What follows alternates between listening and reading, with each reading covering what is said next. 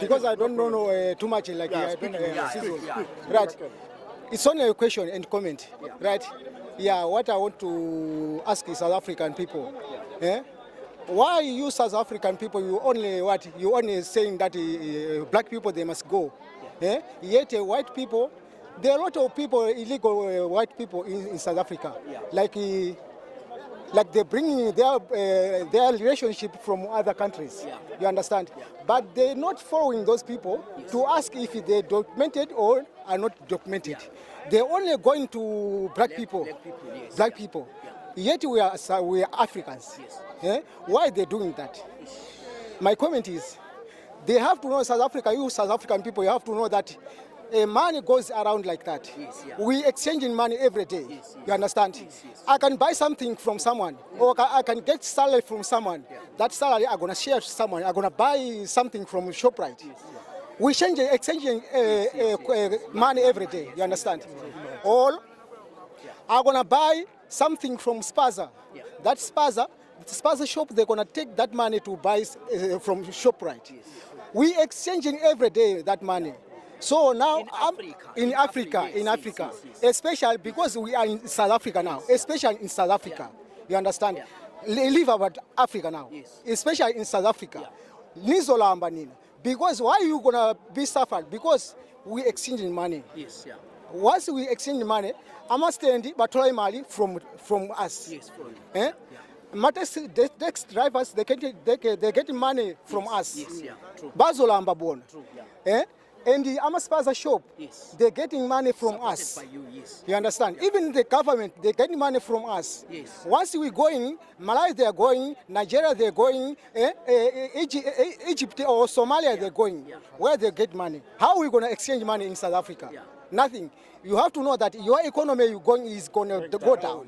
And actually it's going down already. I'm telling you the truth. Yeah, thank you so much. So respond to the first question that you asked. You're saying like the people that are being chased here are the black people, the people that are black. I don't think they've mentioned who need to go or who don't need to go. Like they said immigrants must go. They didn't mention that the black people like me with the same hair should go. I wanted to clarify on that. Maybe you didn't hear. Okay, in the same comment of your comment, right? Okay, they didn't mention that black people they must go. You understand? But let me ask you that. You show that white people they don't have, they're all documented, all white people, or India they're all documented. They are not foreigners like all they got papers. That's my question I'm asking you. You have to answer that question. All white people they got papers, and if they're all documented, why they are not going there like Eastern, like Cape Town there, Orania, to check those people that they sure that is documented? They just coming to us. Yet they know that we are poor people. We came here for searching someone for our family in our country. You understand? For that question you're asking me, or your comment, the one who was asking me, I just want to ask you like that. No, it's because I've never seen them like searching those people. So I don't know if they are illegal here or not. So I cannot respond on that. And let me tell you something, another thing. I've seen a lot of people, a lot of Indians, they're killing each other. Killing each other? Yeah, a lot of Indians, they're killing each other like a shooting gun because of they selling what? They're selling drugs. You understand what I'm saying? I've seen in South Africa a lot of people, because I'm 10 years in South Africa. You understand? 10 years in South Africa. They're selling drugs, they're killing each other, shooting each other, because they're selling what? Drugs. You understand? White people, they're selling drugs in South Africa, but you don't know anything. You understand? They can bring drugs from other countries, from America, to come to bring it here, from through airplane. You don't search that airplane that we must check inside what you put inside. Only as you searching, that's because we are black people. That means you South Africa, you don't want black people, or you hate black people.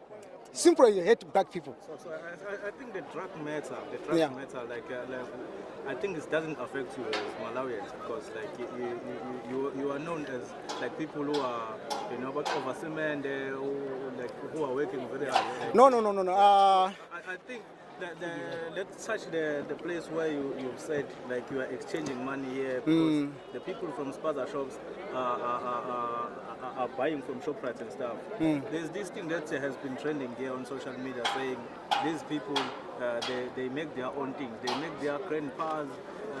They do not stock from Unilever or ShopRite or something. Do you have a comment on that? Those people, I'm not sure about that.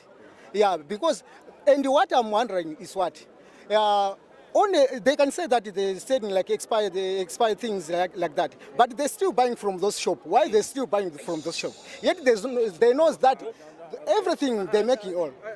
I think there's no choice. They've got no other options because those are only shops that are around them. So in location, they got a spaza shop, a lot of spaza shop in location. Why they don't go to ShopRite to buy from there? They're still buying those small shops. What they're saying that they're making their own things. Why? That means they're not a thing like that. They don't think. Only thing they know is that maybe only to fight black people only to fight black people. Like to put your comment like drugs, you said that no, we are not involved in the drugs like deal. We are involved because I'm here for black people. You understand? If you say that Nigeria they're selling drugs, that means you put even me you put inside those things. You understand? If you can say that Malawians they sell drugs. There's no need to stop that. No, you mustn't say about drugs. No. If you say that, if you point it like black people, they saying drugs. Hey, this one they killing each other, black people. No, I'm here. I'm involved there. You're matching yourself with Nigerians. Yeah. Matching yourself with those people. I'm African, my bro. I'm African because Nigerian people. I'm not sure that they're selling drugs, but what I said that even Indians they sell drugs. But you don't know. Maybe you know, but you're hiding. You understand? White people, they're selling drugs. But you don't know. Maybe you know, but you're hiding. You only go straight point to black people. Why are you doing like that? That means you're hating black people. You're hating black people. Ndoyazi yabona leyo nto ngeke uthi usho wena nami ngibe ngikwenza lokho akufani wena uzobokwenza kwakho iplan yakho nami ngizobokwenza kwami yabona leyo nto kodwa sihlanganisa lana ke nje sifike lapho siqhubeke khona kodwa njengamanje musibona lana ayikho ukuthi sizokwenza nama plan lawo futhi amohlakela lama plan ngoba nithi sihambe enisikade ubhekeke nje isikade usinike ngaso inyanga iyodwa yabo lento even wena mokuhlala indawo erent yabo indawo eshala uqasha inje umuntu mofuna ukuthi umuntu akuqoshe into ngiyazi mina imithetho uyamnika umuntu 3 months yabona lento u3 months umuntu aphande athathe transport azihambele manje umuntu umnika 1 month asiphasa phanda kanjani leto plan lento niyenze kanjani ayiko nasowenza lapho manje leto plan niyenze kanjani 1 month okay njenga wena ngikunikeza umsebenzi wakho usebenza ngathi umsebenzi wakho lo usebenza wakho akunikeze even 1 week akunikeze 1 week kodwa uyenze yonke into kuzoba right wena yema ke bafo mina ngifuna ngikhulume nawe kaloko basho ukuthi 1 month uhambe ekhaya kwaloko ekhaya khona inkinga kodwa mama ushonile irandi wodi bafuna imali nawe ke ufuna mazohamba ube something izoba kunjani lo umuntu awunalutho kodwa basho 1 month wabe fanele uhambe already unangike ekhaya izokwenza njani nakuthi umuntu azame ukuthi like 2 months or 3 months umuntu uzabhatshela yabo ngeke uthi umuntu athi namhlanje uthi azame namhlanje ukuthi 1 month even wena nisebenza ukuthe ukuthi namhlanje sayina lapha ukuthi utheni hamba namhlanje yona 3 month ngoba bethi ukuthi basinikeze 1 month ngicabanga lo 1 month besingasebenzi besitshele esitolo bekuvaliwe and bebethi sihambe cabanga ke lapho ukuthi imali yokuhamba sizoyithatha imali usebenza apho wena wenzani mina bengisebenza neIndia best extraction and air condition amaphepha nawo wena nginawo amaphepha anginawo amaphepha ngine passport yeah also unawo amaphepha okusebenza la South Africa hayi anginawo ngiyavuma ke lapho ukuthi amaphepha anginawo kodwa ke bengisebenza nale Indian manje nina nafika ukuthi lo 1 month ukuthi sihambe manje ke lo baba bengisebenza naye besaba ukuthi mehamba nami uzobanjwa angithi manje mina bengitshela phasi ngingasebenzi lo 1 month wonke imali yokuhamba ngizoyithathapi cabanga yakhe lapho so angithi bakhala ngokuthi abalapha eNingizimu Afrika bakhala ngokuthi nina mhlambe labantu enibasebenzela abantu abanqashile baniholela kancane bona ingakho bengabaqashi ngoba bona bafuna imali enkulu ya ke lapho kasivumeke lapho kodwa ke bekufanele nisho ukuthi nina ukuthi lana sifuna amaphepha okusebenza work permit whatever you got siyanikeza lo 2 months 3 months ukuthi nisebenze nithole imali yokwenza amaphepha ngeke niyenzanga lokho ukuthi siyenze lokho nafika nathi siyakunikeza 1 month ukuthi nihambe bekufanele nisho ukuthi cela nisebenze at least 3-6 months nithole imali nicela niguduke aniyenzanga lokho ya nafika bathi nje bamemezela ngo December hayi lutho mbuti lokho qaba manga mhla ka-30 bawumemezanga baqalele last month yeah kuthi sihambe ngishaya ka-30 so manje lo shaya ka-30 awukafiki baqale kusikosha manje ya cabanga bayasikosha ngamanje so uyabaza uphakela umthakathi nongizwe sorry uphakela umthakathi nongizwe hayi ngisamazi siyamazi lo bhuti ya hayi qhawula kithi mhlawumbe mfethu asimfisela indlela qhawula Mr D Cho afethu yabo mina angeke ngisho lutho yabo khona lento khona kwamina just ngasigalela yabo loze ayikho lento ngisoyesa yabo so masikashayile bathi sihambe so ayikho lento ngisokhuluma bafethu yabo wena unawo namaphepha okusebenza la mina nginamaphepha bonke passport work permit whatever so manje uhambelani ke wena ngoba phela bayasho ukuthi bafuna abantu abangenama amaphepha behambe okay lalela buthu ndala yabo like la march and march bathi bonga banamaphepha akanamaphepha bahambe yabo if mina lalela bafuna kodwa ubona ke lezi zinto lezo sibone kahle bathini ade sonke sihambe ngoba bona bafuna ulungisa inizwe labo ade sihambe noma ungana payment nawe wena qondile mina nginawo passport nginayo wafika nini usondele qhawe wafika nini la ngina mhlambe 7 years ngafika 2010 la wafika 2010 wafika nge-World Cup yeah so imuhu umsebenzi onowenzayo la eSouth Africa bengizama uthunga bengisebenza ama-factory manje kwabheda ngaqala uthunga kwami udayisa e-workshop manje lapha bathi usukela eFebruary singadayisanga lutho singadayisa thina bakufika badayisa bodwa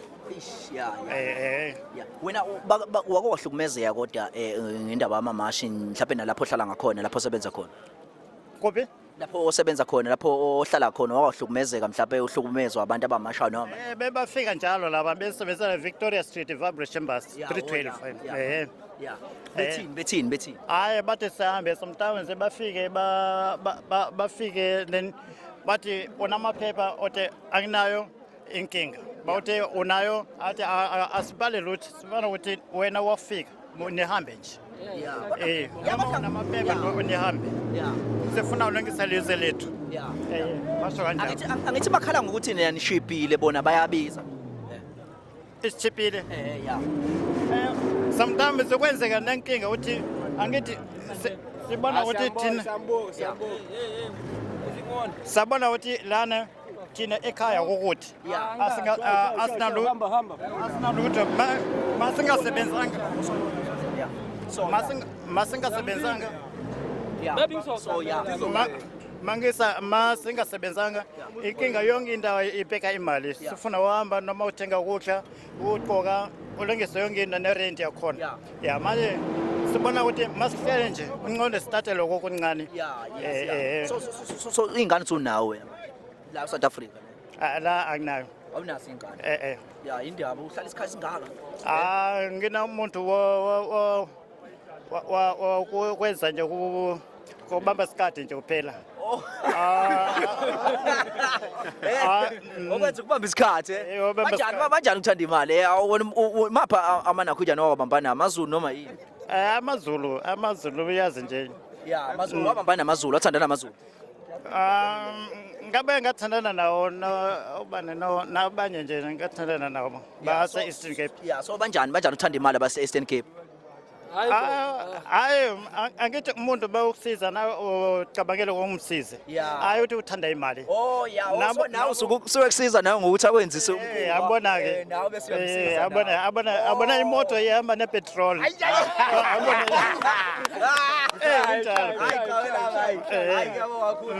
yebo Waqhina ngekhaya, waqhina ngekhaya wena. 2010 from 2010 Waqhina ekhaya ku-2010. yebo Awukazi uhambe right? sengihamba manje Kumnandi. kumnandi Kumnandi la eSouth Africa. kumnandi Ije kakhulu mnandi la eSouth Africa.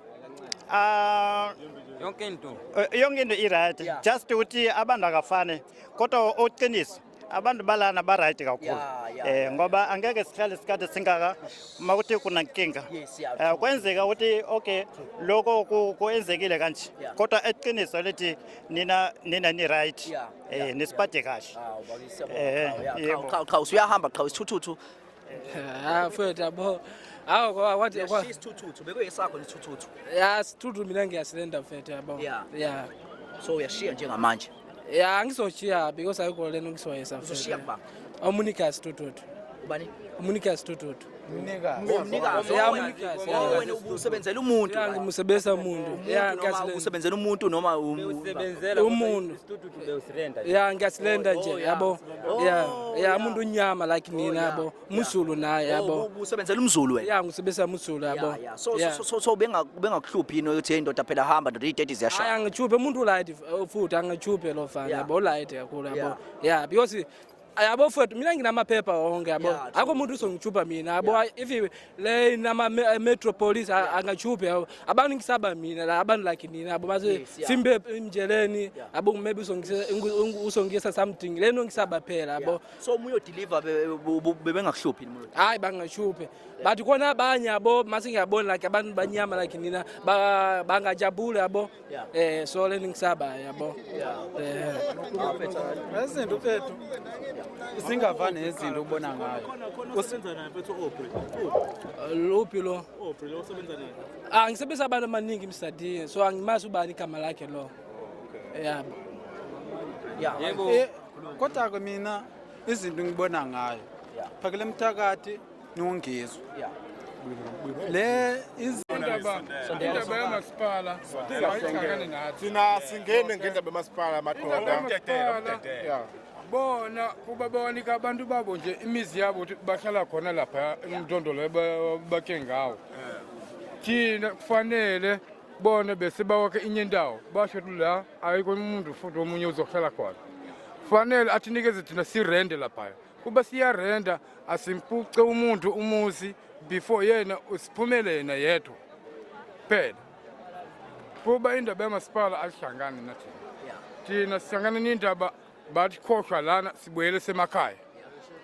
phela cina lapho ke asiyabonga baba manje qhawu manje ungahambi because ngiyabona ukuthi ubhuti omdala obhuti abadala abaningi banezingane la eMzansi wena ukhona ingane oyishiya la eMzansi ingane semu njengamina lapha seRichmond ikhona izingane zikhona ziwu2 manje usuyayishiya manje ngiyasiya nje ayikho enye indlela ngizoyenza ngisiye semakubo kuna umalume wakhe abantu asekhaya labo nje bazomsiza yena manje alukho uhlelo ongalenza lokuthi ngelinye ilanga umlando uma waye ahamba yokugana le ngoba phela umuntu esifazane vele uyagana akufanele yena kuba basicabangela ngqondo ukuthi ebona ke nginazi ingane labantu futhi bazalisa ingane la ngeke athi khokhe semnjengale ndlela bayenza ngayo manje thina sithi engcono sibuyele ekhaya bona izingane bazosithuma ekhaya labo lezi awuhambi ngani na ingane zakho thina ngeke sihambe nezingane asikhokhilanga imali nilobolanga siyathandana kuphela kuba uyathandana etholakele ingane 100% angithi yena uthole ingane mina ngitholela uthando kuba uthando luphelile 1 week awulobolangana sithi siyathandana hayi ngifike kwakhaya la ukuthi ngifike ukukhokhela intombazana siyathandana maceleni asifikanga ekhaya konke ukuzalwa ema ufuna ufazi mana uthi wena kahle kahle wena uthola uthando yena uthola uthando ubani othola uthando yilento angizwa kahle bona ke intombazana bese unicela omunye siyamthola izingane zakhe lapha nami kuba nginalithuba lapha ngizoyithola ingane yami kwayena 40 so okay kodwa bona lezingane zakhe lapha ashambe ngesifice izingane zingakanani ziyafunda isikole thina siyafundisa isikole zingane sinye sibe sifunda matric lapha ashambe sibe siqede esikoleni suka kwathina kona bese basikhothwa lapha angasicabangela ukuthi labantu benze njani ekhaya lethu bese basifike izingane zethu siyafundisa singane esikoleni sinikeze imali siyakhotsha izingane zethu sinalapha semakhaya sifundisa izingane zabo bona kodwa bese basikhothwa lapha akasicabangele ukuthi labantu bawenzani mana bekuyizingane zakho yini lezi uthule ezeyila eSouth Africa ingane zakho noma usiza usisibala eSouth Africa mhlawumbe abashiwa amadoda noma bashiwe ingane zabo abayishiye namadoda ingane la ngizile ngalo eSouth Africa ziwu2 yes yeah bazotholakala futhi abanye bazosiza ngazo mina bese ngihambile ngesemakhaya akuzona zakho zami ezakho ngiyasiza bese ngila yeah bese bankhohlwa la nami ngizothiya koma wayi yeah bazotholakala abanye futhi bazosiza lezi ngane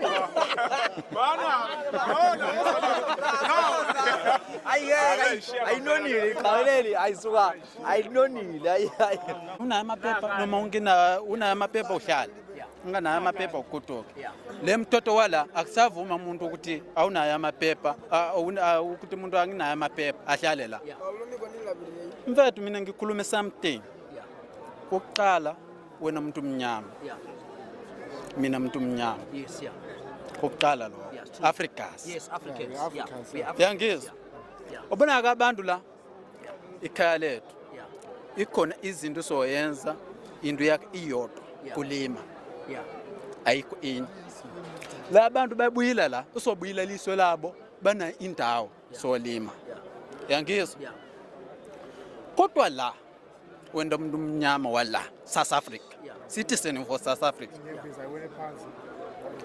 una indawo yelima lotho umlungu walana una indawo yelima umlungu wala ana indawo yelima la mafama wonke bagcwele la South Africa abelungu abamlungu wena umuntu omnyama wala akwazi ulima kuba lezi zinto lezi siyayenzeka kwa wena ikanti le inya wena sobinto ukuthi ubuye le South Africa soyenza njani thina siyabuyela kulima nje bonke la then my brother uma ngabe nikwazi ukulima nina because ukulima ngithi kunemali why phone ingalimi ngakini nihlale ngakhona nje ngiyabonga mfethu umbuso wakho ngiyabonga kakhulu uyazi izinto sokuthi siyalima yangizwa kodwa igovernment imali inkinga siyadayisa imali kuba encane siyakwazi kulima kodwa imali incane that's why abantu baningi base South Africa bayakhala kuthi wena abantu bangale bayasebenza la imali incane kwa wena 150 wena kuhlela ukuthi uyisebenzise la imali incane kodwa thina sebenzisa imali leyo sekhaya imali iningi yangizothi thini lapho nje u100 rand uthengani ngo100 rand imali 100 rand yima 100 rand hayi tadigrani ngayo kuba ukuthi 100 rand loyana noma manje kusoba ukuthi 20000 yangizwa lapho 20000 hayi 20 rand no 200 rand oh 200 rand yebo 20000 so lezi zinto lezo sokuthi imali yela phayana ayina strong oh yeah yangizwa lokho inkinga yona so ngo 5000 so ubona ke wena ufuthi 50000 u20 rand kuyafana 15 rand noma 15 rand kuyafana nela ukuphela ukuthi bamadoda lo 5000 ayi ukuthi makusebenzisa ungafana nowala akuzufana kodwa nje siyasho ngegama ukuthi 5000 kodwa nje mesisuqala kuyafana ngo20 rand u20 rand 40 bese bafese kunjalo ningadideke kunjalo oh yeah kodwa ke mina ngiyakubeka kodwa ke mina ukucabanga kwami uyakhumbula ukuthi ukhuluma indaba yokuthi yaliselene ukuthi unayo anginayo liso lolima why wena umuntu mnyama wala ungaqhubeka why ukuthi lawa abantu lawo bamlungu mayinto straight bantu bofika asiwala ama-Indian lawa yanobonayo bafike indaba yokuthi bakhathe umoba isitole yabo kusebenza like thina sifikile usebenza nabo ke bafike usebenza la banayo indawo yolima abanye benza noma yini la yangizwa so wena le izinto siyenzeka la manje usikomba thina kuphela umuntu mnyama wase Africans asakombe bonke kodwa ke sonke nje abantu ama foreigners la angithi kodwa ke why ukomba thina abantu bemnyama asa Africans wena usojabula kanjani usokwakuthi thina siyashupeka Africans noma ukuthi izima la yashupeka kakhulu yangizwa wena umuntu umnyama wale South Africa usajabula so kurong ukuthi nakamapunu namandiya ukuthi abe nama plaza la kube yibona abalimayo kurong okay so kurong kwake ngitshela so angithi like nina nama-Somalia so ama-Somalians angithi ngiyabona ukuthi all over South Africa nezitolo nama-shops so now are wrong they are committing crime as well yeah okay ubuse kahle banayo ama-shop benza abantu lawa yana kahle kahle singakhulumela ukuthi sikhulume iqiniso bafika nemali yabo oqala akusafika like ithini mina lesikhathi ngifika lana ngiphethe ibhegi incane even imali angisayiphathanga yangizwa bafika nemali yabo benzela ibhizinisi yabo yabo kodwa thina maybe kubona kwenu ukuthi kurong ukuthi sibona ngako ukuthi thina siyafika sebenza umuntu uthi umtolile lana umuntu umnyama wala naye ke uyafuna usebenza yangizwa kodwa ke like lapha yana siyahlangana nje indawo yokuthi siyasebenza yabo so angashongo ukuthi lawayana abantu lawo ukuthi barongo kakhulu kodwa ke sikhuluma lapha izinto okukhalisayo kakhulu lokuthi umqosha thina abantu bemnyama kuphela ayisebonga mafethu kuloko khuluma amazulu azongena umsebenzi uthini yazi nawo lo mbuzo mina ngifuna ubuza ngifuna ubuza la akhona abantu akufika ufuna ukukhuluma ukuthi abantu akufika bathathela umsebenzi yebo so siyahamba namhlanje akhona abantu ahambile eCape Town abantu 150 bahamba ekhaya so abantu akhona amazulu angazi ama-Africans othathola umsebenzi abantu 150 namhlanje dikhona labantu amaningi 6000 yebo siyahamba siyagodoka ama-country ethu so ufuna ukubuza mina kahle kahle ukuthi izohamba thina abantu akufika amagwere kwemkhuluma kanjalo amazayizayi sizohamba amazayizayi thina akhona abantu ukuthi abantu amazulu azothatha umsebenzi lihambile thina kuphela kwenyanga yeah so kabiyami wena umuphi umsebenzi owenzayo wena mina niyasebenza ku-tractions kuphi what yes yini leyo wenzayo ngiyawakha yakha yes yeah so angithi nabo bakhala ngokuthi nibiza kancane nina bona babiza kakhulu niyabalimaza emsebenzini hayi tingandimaze umsebenzi womuntu thina thinga mandibaze umsebenzi womuntu so ngiyacabanga ukuthi njengoba wena uzohamba mhlawumbe ukhona omunye umuntu abazoqasha ukhona umsebenzi wakho ubusuqedile obuwenza ubungawuqedi manje umtshelile lo muntu lo qashile ukuthi usuyahamba ngibutshela ukuthi siyahamba yebo ngimutshela ukuthi siyahamba athi phile 30 days ukuthi sihambe thina sonke abantu sonke yebo thina siyahamba even unanta mtshele uMlungu mina kudasebenza kwa yena uthi mina manje athi phile 30 days ukuthi sisebenze sihambe so sihamba sebenzini akhona abantu yatishaya yebo yatishaya abantu kodwa abantu mugodoka abantu akufika yebo sizothola imali kephi yo digodoke nayo awusabi inkabi yami ngasekuthiwa amabhasi mhlawumbe yaphe kuthiwa akasiza amabhasi awusabi mhlawumbe ungahlala kabuhlungu kushala kumhlungu kukhona yebo ubone indawo tilala thina phansi la tilala ufana namaphala yebo even akhuluma abantu akhuluma kakhulu ukuthi abantu akufika nabantu aphuza ama-RV thina tiyafika la khona abantu yaphuza even ekhaya tisuka thina akhona abantu aphuza amapilisi yebo abantu mufuna ukukhuluma ukuthi abantu akufika nabantu aphuza ama-RV yebo athi ketela amapilisi athina la South Africa atayisa yonga kahle kasho abantu atesonga even mina niyafika la niyabona amaphala amaningi eThekwini la cwele yebo abantu yahlanyawo not thina abantu dafika namapilisi la ukuthi abantu yahlanya ayikholengeke mafeso abantu ufuna ukuthi cabangele thina futhi abantu kuthi shaye thina mhlungu umzimba wathu khona nugazi siyafana nini yebo mungadishaye kanjalo uthi omunye nenwele zethu ziyafana why inywele ziyafana kahle kahle abantu muyazi kodwa into afuna ukukhuluma athi abantu akufika munyama kakhulu yebo abantu akufika munyama kubona umuntu wamunyama afuna amshaye kahle kahle yebo wamunyama kakhulu umuntu wakufika amazulu bonke akhona la South Africa amshot afana nemabelongo ayikho le mafethu muthi cabangele thina nathina abantu mwatshaya umhlungu kakhulu muthi kutshontsha mwatshontsha amafoni yebo muthi shaye futhi muthi phela 30 days tiyahamba sebenzini muthi phela 30 days yadi zosebenza fortnight izothola imali kancane izozama mwazibona futhi mwathi memeza ukware uye nayo muthi shaye imali izoyithatha inhlungu le mafethu so wafika nini wena nafika mina kade la 2014 so amaphepha nawo aqondile amaphepha akhona amaphepha so manje uhambelani ngoba bathe bafuna abantu abangenawo amaphepha behambe laba abanawo besala ayikho le ayikho umuntu khona namaphepha uzosala la ayikho le abantu afika no bush uyaniswa afika no bush even wona kunothi uzotshela uzoni khona amaphepha angakuzwa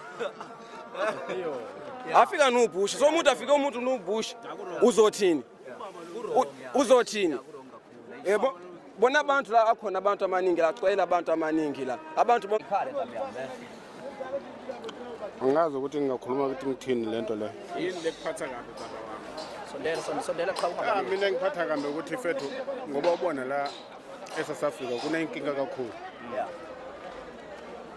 thina abantu siyafana awekho amehluko sonke sabantu bamnyama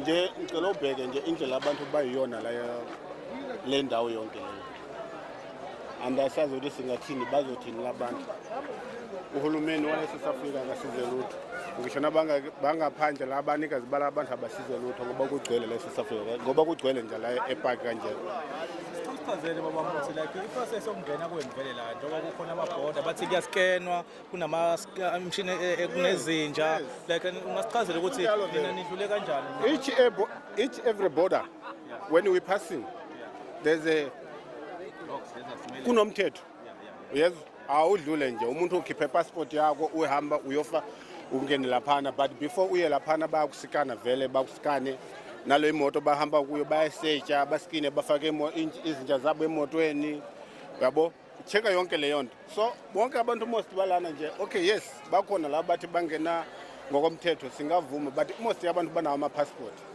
yabo le nto abathotha abantu bangena nama passport but still bayahlukumezeka so yeah kumele sihamba ayikho into sizowenza banisakunisha lentala vele abantu abanye nje njengala Benulu abanye bebeshawa abanye bayacoshwa endlini zabo ukuthi bahambe ama-strike everywhere so usuke Malawi ukuze na South Africa mhlawumbe udlula amazwe amangaki it's two countries like Zimbabwe Mozambique and Zimbabwe then so here why you recommend South Africa and Zimbabwe come again why you recommend ukuthi uzugcina ufike South Africa udlula amazwe awu2 you know singathini kancane nje kakhulukazi singabonga ukuthi South Africa okay fine inomnotho and South Africa kukhoma kweqiniso lizwe ri right komnotho yabo so abantu bazibonela ukuthi kungcono siye khona siyoziphantela impilo yabo that's why abantu bafika khona la so wena kuphi umsebenzi obuwenza la eSouth Africa hayi mina ke nginawami umsebenzi ngikwaziwo especially ebusha ngublockman angazi niyawazi umsebenzi othi blockman that is angublockman iyona ngayifundela vele so bengizama ukwenza wona kodwa manje ngithi uyazi ingqengele simo siyona manje abantu bayacosha bagudukisa so kumele sihambe vele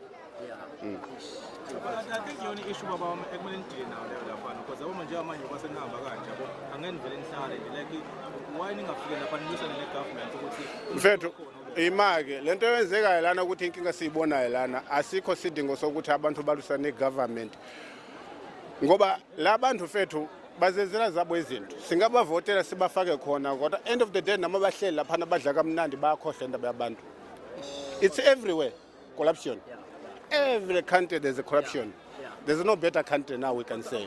Banepower ngaphezu kwa-government. So why ningahlangani nina ni-oppose i-government?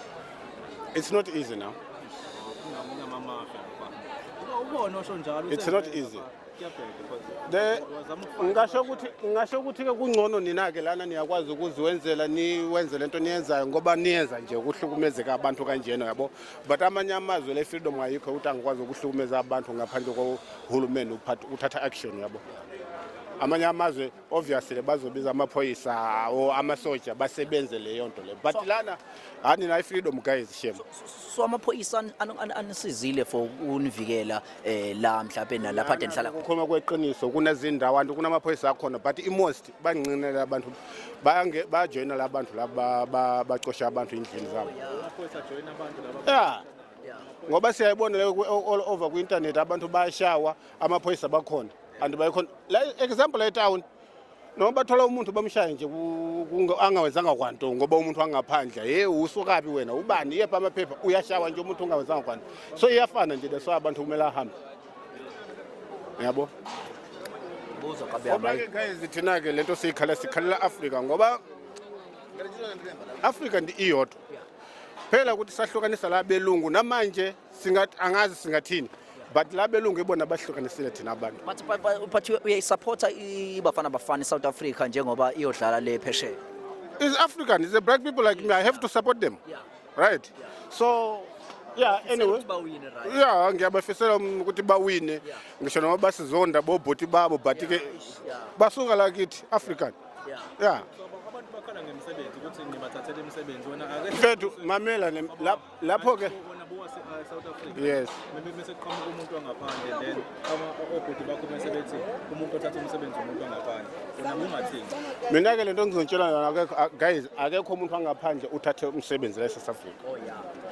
Why ngisho kanjalo? Niyabona labantu especially Malawi people. Yeah. Abantu bathanda ukuziphantela. Bomama labo babona bagcwele lana ilaba hamba namabhafa ekhanda abathwele kuna spinach baphathe umbila baphathe yonke lento injalo tomato mhlamba hamba badayisa yabo ufish vele lo bahamba badayisa athi yabo leyo nto bazama ukuziphantela. So angazi ukuthi uwona umsebenzi wala esasawuthathiwa ngazi angiqondi. Wena ubhola maker wena uthatha kukhona umuntu wa South Africa ongangena kulo msebenzi owenza. Imaki phela. Kwami manje ngakutshela ukuthi kunamanye amabusha bashota ama-blockmen. It's not all of the butcher they got blockmen. Yeah. There's other butcher right now. Yes. They are short blockmen. Yeah. Here there's the people they know that job. Yeah. But now they are going because the situation is not right. It's so clear from yeah. But lento ngikhalelayo guys siyabonga South Africa nalabantu bangakithi bahambayo lento nizokwazi nihlala abanye babo la South Africa bebedla ngabo labantu ngoba sitheke example imjondo lebehlala kuyo most yabantu ba South Africa abasebenzi, they are not working. So even this foreigner they go, it's not they're gonna get job today or tomorrow, right? They're gonna be suffer because these people they were staying to their Njondo's houses, right? They was getting something a month. So now they got no job, and these people they are going. The people who they were they was getting money from. What they're gonna do? And I'm telling you, sooner this country is gonna be like other countries too. The bread they're gonna take maybe 50 rand. They're gonna buy maybe 50 rand in this country. There was nothing they can do. Guys, economy kusizana kuba ngcono. Abantu bala South Africa, abantu bangaphandle bebelana yebo mhlambe abathande, but kukhona kunye lokube kuzama kuseva nabantu bangale South Africa beseveka somewhere. Yabo? Kodwa manje ngoba sihamba nje kanje na guys. Yeah, siyahamba sizokwenza njani? I know very well just my. Oh, okay. So we am support comment nje naye. Mina just my ngiyamsupport ngoba ukukhuma kweqiniso. I think that guy is the right one to be there. Only the right one. Only the right one here in South Africa to be there. Yes, people they're gonna say maybe I'm supporting it because he's talking about foreigners to be here. Yeah. But just all of us, I think we should be example. We should take example Burkina Faso. Yes, yeah. Right. Burkina Faso is a young president, right? But what he done about 5 years, 4 years, that is we should take example from him. right? So Julius Malema is going same line like Ibrahim Traore, right? I think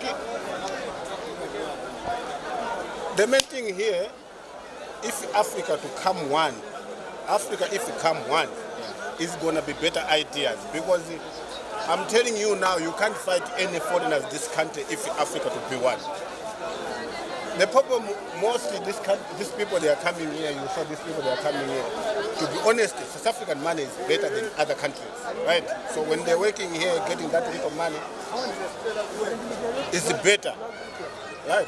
So the black people, we should come together, make this country to be one country, same currency, same army, same system, like just Mema said. These people, you can't see them here. They're going to be there where they're coming from.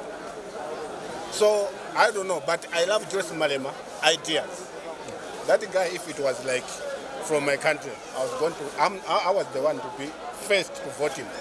Yeah. He's a good guy, and he's a good idea. About Ramaphosa? These people don't talk about the Ramaphosa. That one is Zuma is the same thing. Yeah. People they're voting these guys, I'm telling you, Zuma was there. Yeah. What did he done? Yeah. Nothing. And that one I'm telling you is another snake, because now want him back, that guy. Zuma is a snake, because now he's telling him don't chase foreigners. Oh, Abahambe. I heard another video to internet. He was saying, sibona labantu ngizokuthi bazelana baphuca amabhizinisi bomama hayibo kubo kathi kubona yini ingazwakale into ithethayo abe ngapha. I think 3 months back. So he was in Burkina Faso. Yeah, but about Jacinta Ngobese, how you can comment? That lady, she's from Nigeria. So now that is what we heard from the internet. What are we gonna do? But anyway, Jacinta, we are going. Yeah. So let's see. Yeah. How you gonna handle the country? We are going for the days here. You can see all of you. Everybody's here. Yeah. So we are waiting the transport to go home. If we get, we're gonna go. I don't know. Yeah. Because we got no any option here. We have to go home. Yeah, you know Pavel Mtsakatsi and Ngizwe. I know these people. Ngizwe is another Domo guy.